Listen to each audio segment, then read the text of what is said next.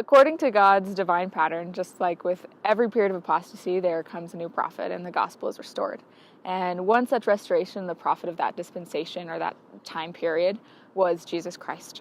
And I'd like to read some scriptures. For behold, the time cometh and is not far distant, that with power the Lord omnipotent, who reigneth, who was, and is from all eternity to all eternity, shall come down from heaven among the children of men, and shall dwell in a tabernacle of clay, and shall go forth amongst men, working mighty miracles, such as healing the sick, raising the dead, causing the lame to walk, the blind to receive their sight, and the deaf to hear, and curing all manner of diseases.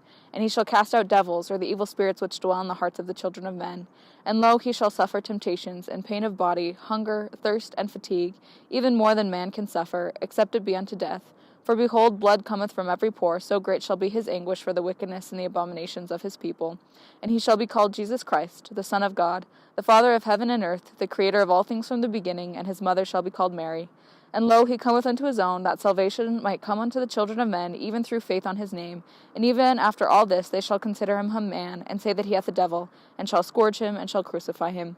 And he shall rise the third day from the dead, and behold, he standeth to judge the world. And behold, all these things are done, that a righteous judgment might come upon the children of men.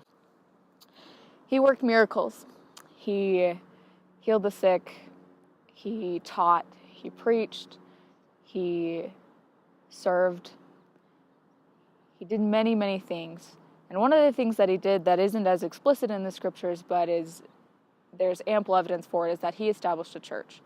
He had a structure with apostles and prophets.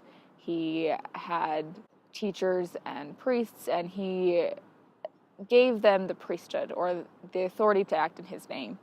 And when he died for us, when he was crucified, and then his apostles died shortly thereafter by persecution and things like that, that priesthood was lost, and another period of apostasy began. But the most important thing about Christ's ministry is that he came and he suffered for us.